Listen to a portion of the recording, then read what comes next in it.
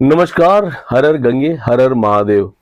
घर से निकलकर हम पहुंच गए हैं एलटीटी कुर्ला यानी कि लोकमान्य तिलक टर्मिनस। यहाँ से एंट्री होनी है और एंट्री करने के बाद हमारी बोगी के लिए हमको इंतजार करना है, ट्रेन का इंतजार। और यहाँ पे हो रहे हैं गपाटे शपाटे।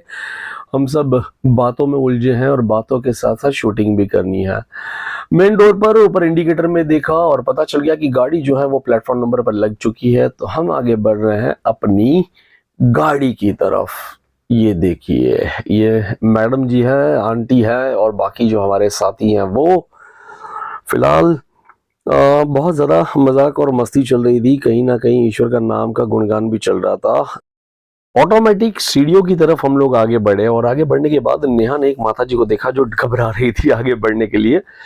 हेल्प के लिए कहा, लेकिन माताजी ने कहा कि नहीं, मैं तो मेरे बेटे के साथ ही जाऊंगी। तो हमने उनको उनके बेटे के साथ आने के लिए इंतजार करने के लिए कह दिया और ये ऊपर आ गए भाई साहब। अब यहाँ से ढिंका चिका यहाँ पे मेरी आंटी की और नेहा की, हम तीनों की बहुत मस्ती चल रही थी।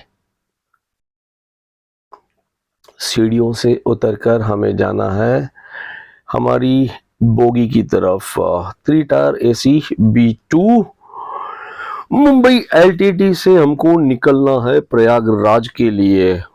ट्रेन वैसे इतनी ज्यादा भीड़ हमको दिखी नहीं, मिली नहीं, लेकिन कुछ लोगों से बात करने के बाद पता चला कि 2-4 दिन पहले जैसे मौनी अमावस्या के दिन बहुत ज्यादा भीड़ थी। पैर रखने तक की जगह नहीं थी, इतनी भीड़ थी। आराम से बैठ गए और ट्रेन में बैठने के बाद कुछ चटर पटर तो बनता है भाई। तो हमने बना लिया है चना जोर गरम। मस्त गर्मा गर्म तो नहीं था, ठंडा ठंडा था, बस उसका नाम है चना जोर गरम। यहाँ पर हम लोगों की बहस थोड़ी सी छिड़ गई। चना चोर गरम कहते हैं या चना जोर गरम, ये आप हमें कमेंट करके बताइएगा क्या कहते हैं, चना चोर गरम या चना जोर गरम। ऊपर से आवाज आई, अरे भाई इसको तो चना चोर गरम कहते हैं, चना चोर।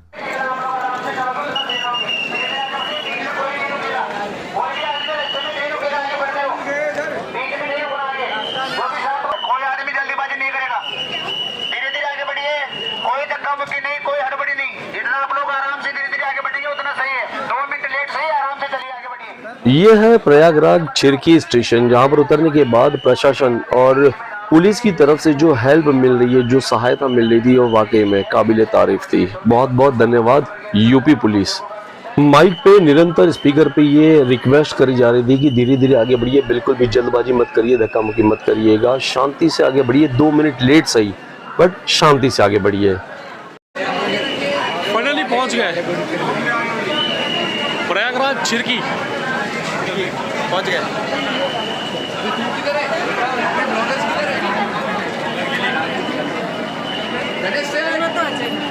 अभी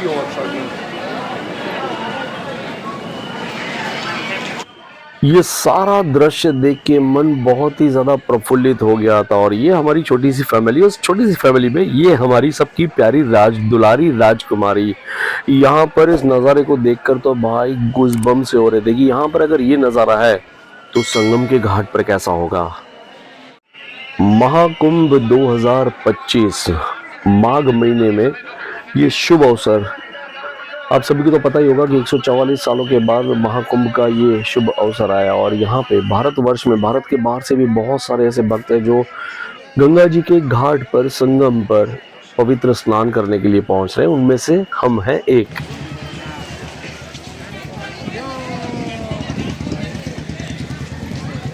जय श्री राम, जय जय श्री राम। फाइनली हम लोग सब लोग पहुंच गए हैं प्रयागराज चिरकी और यहाँ से जाना है गंगा मैया के घाट पर डुबकी लगाने। पावन, ये कौन सा महीना चल रहा है और क्या चल रहा है अभी आंटी, क्या चल रहा है? ये महाकुंभ में हम आए हैं। माघ महीना महाकुंभ में हम जा रहे हैं डुबकी लगाने, जो आता है 144 साल के बाद। ये सारे फैमिली मेम्बर्स हैं और मैं शूटिंग निकाल रहा हूँ तो मैं नहीं आ पाऊंगा।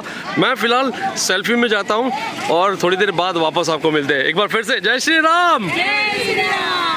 भाई ये जो सीन है ना, ये अब दिखाता हूँ लॉन्ग से।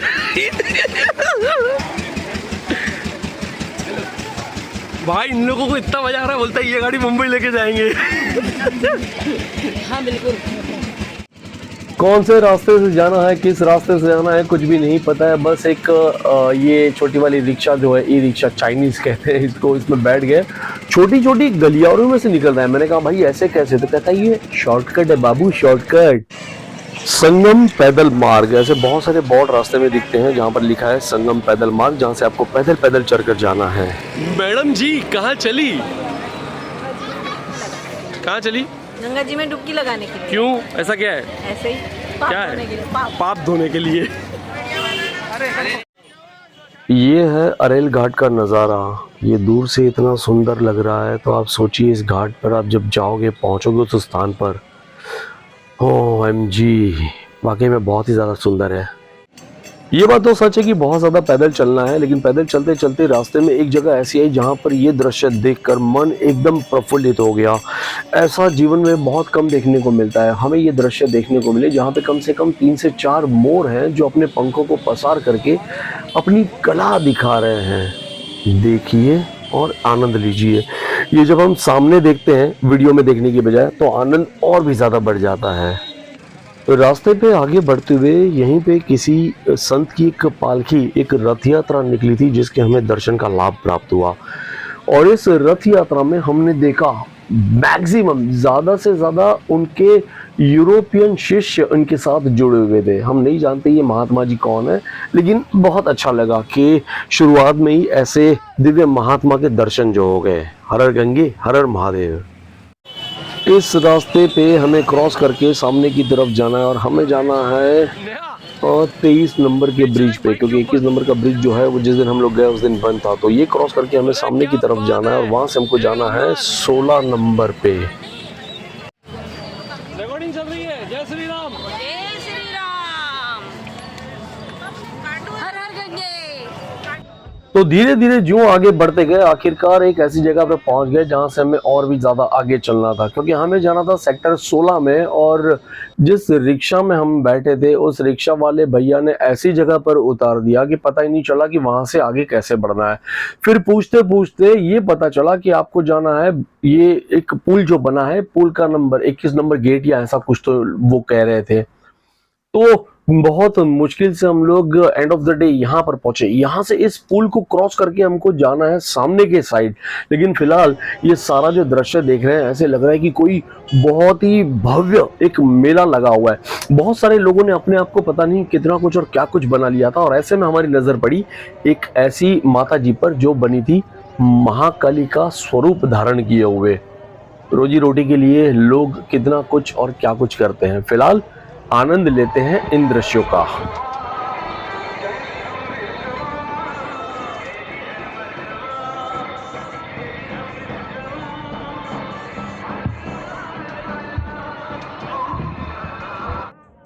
आखिरकार हम लोगों की मेहनत रंग लाई। हम लोग एक पॉन्टून पुल के पास पहुंच गए जहां पर एक छोटी सी चौकी बनी हुई है। राइट साइड में इमरजेंसी के लिए एम्बुलेंस खड़ी है।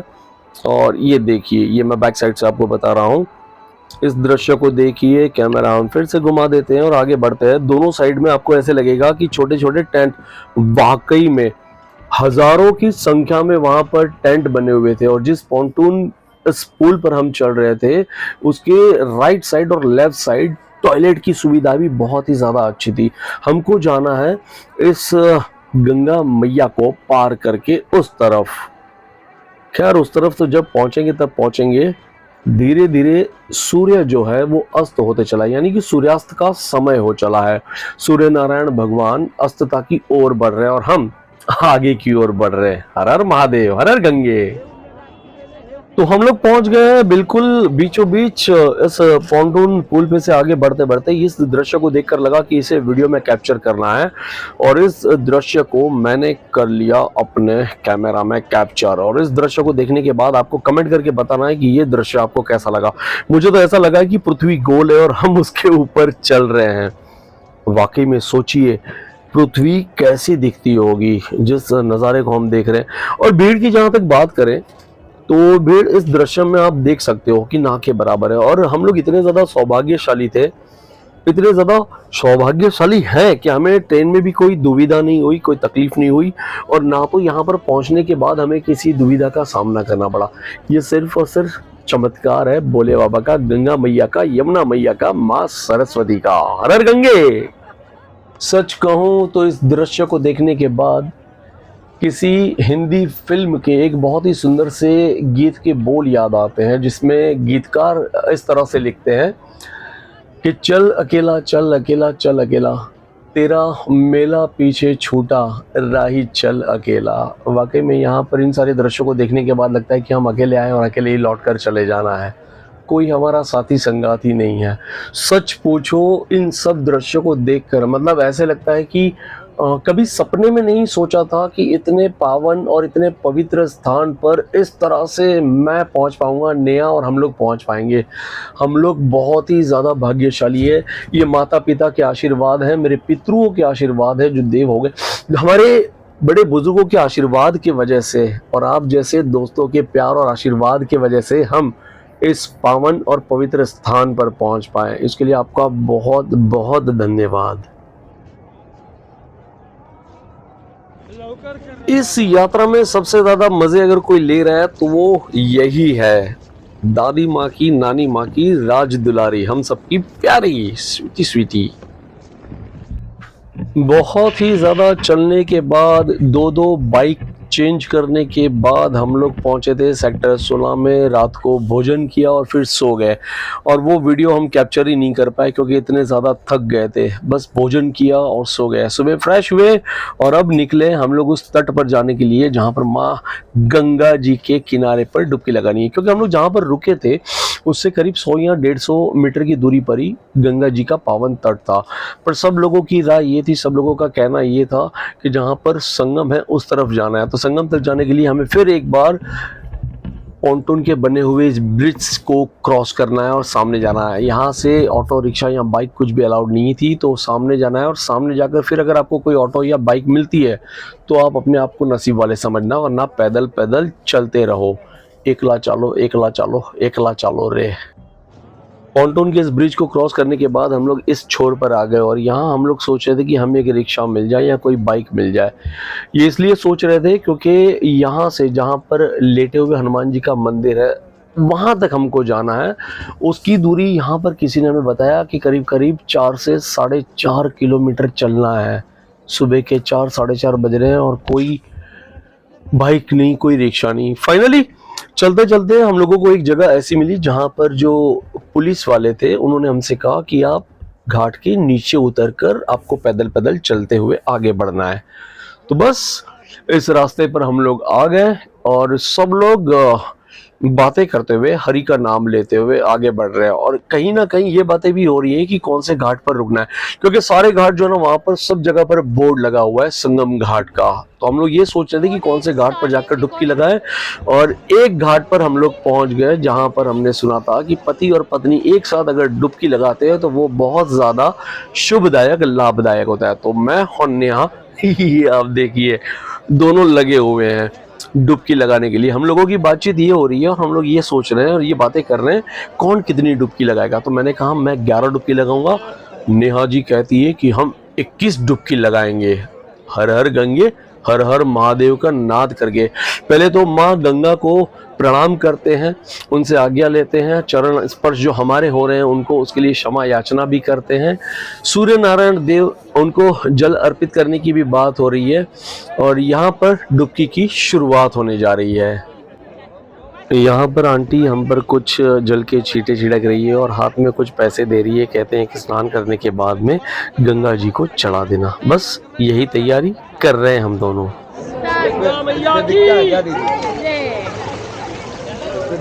हर हर गंगे, हर हर गंगे, हर हर गंगे, हर हर गंगे, हर हर गंगे, हर हर गंगे, हर हर गंगे। आपका 4 नहीं हुआ, आपका 4 नहीं हुआ, आपका 4 नहीं हुआ, उनका 4 हुआ। हर हर गंगे। अब लास्ट स्टेज 5।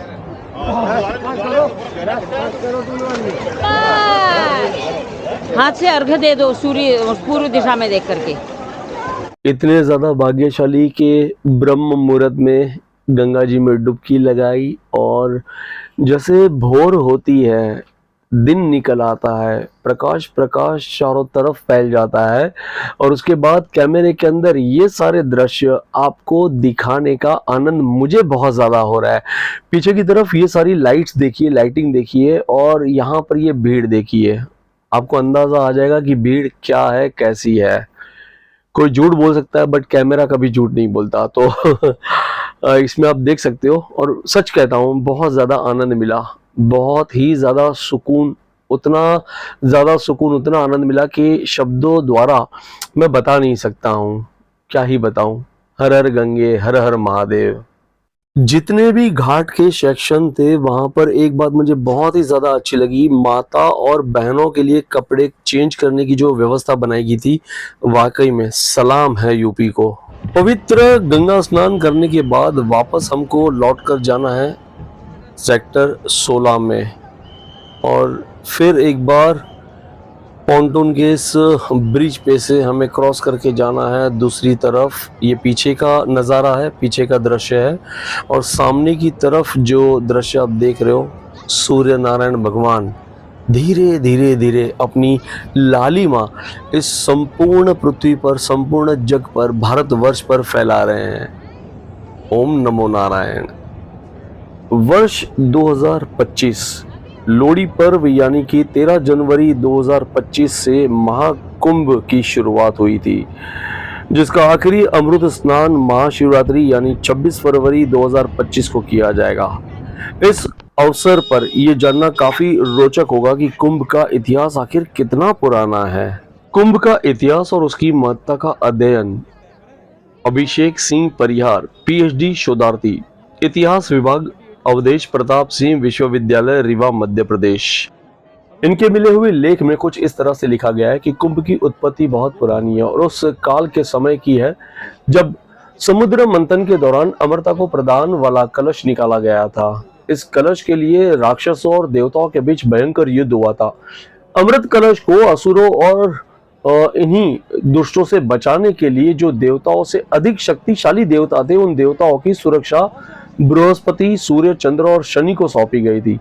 4 देवता असुरों से अमृत कलश को बचाकर भागे और इसी दौरान असुरों ने देवताओं का पीछा 12 दिन और 12 रातों तक किया। पीछा करने के दौरान देवताओं ने कलश को हरिद्वार, प्रयाग, उज्जैन और नासिक में रखा।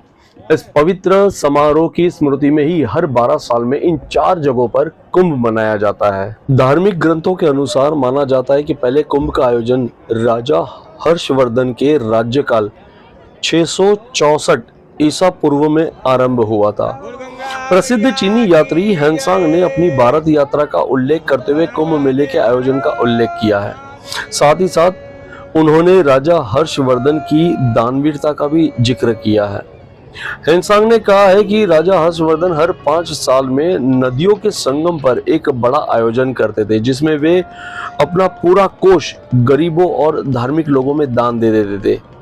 ग्रंथों के अनुसार इन संयोग में कुंभ का आयोजन होता है। बृहस्पति के कुंभ राशि में तथा सूर्य के मेष राशि में प्रविष्ट होने पर हरिद्वार में गंगा के किनारे पर कुंभ का आयोजन होता है। दूसरा, जब बृहस्पति के मेष राशि में प्रविष्ट होने तथा सूर्य और चंद्र के मकर राशि में होने पर अमावस्या के दिन प्रयागराज में त्रिवेणी संगम तट पर कुंभ का आयोजन होता है।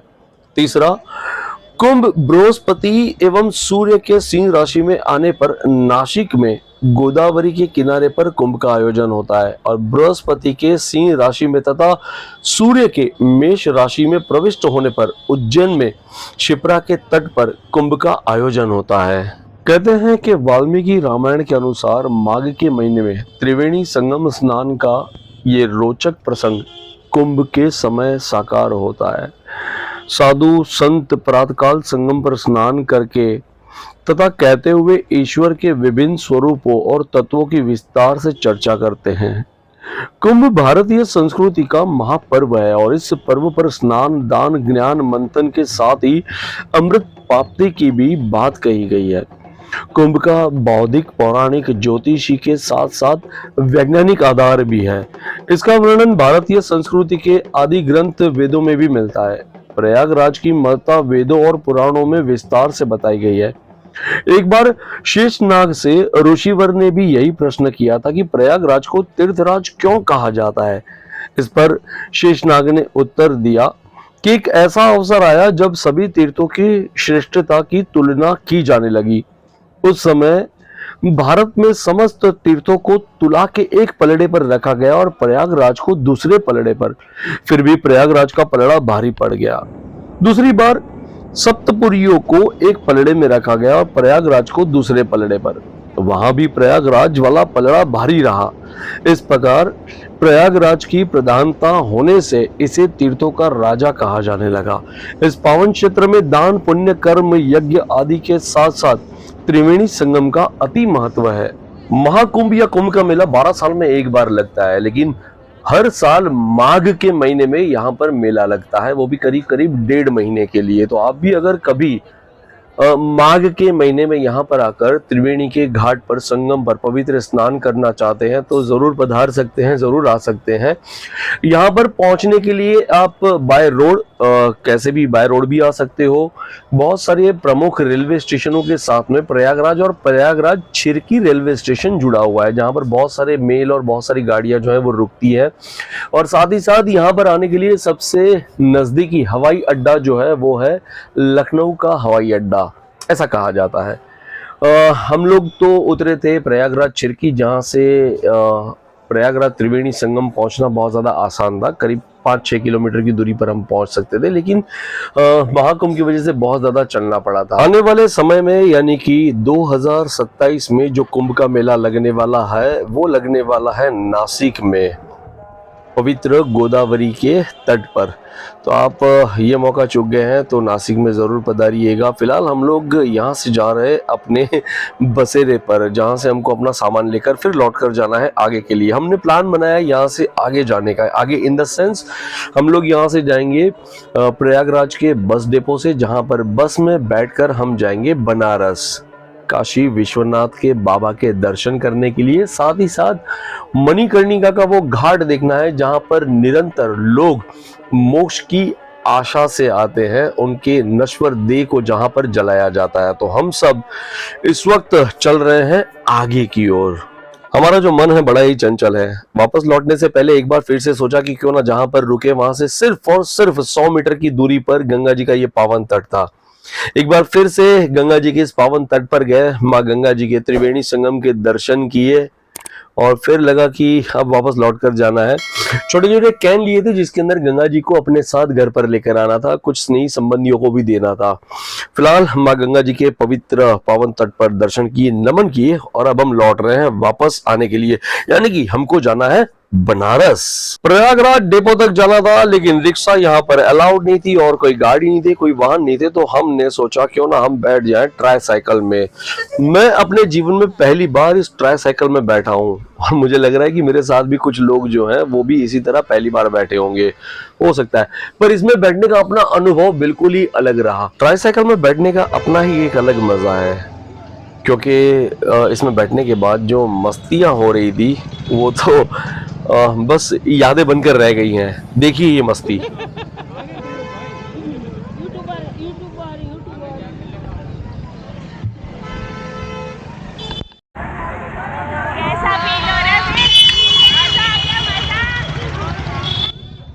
इस वीडियो को पूरा देखने के लिए आप सभी का हृदयपूर्वक बहुत बहुत आभार, धन्यवाद। जय श्री राम, हर हर गंगे, हर हर महादेव। धन्यवाद।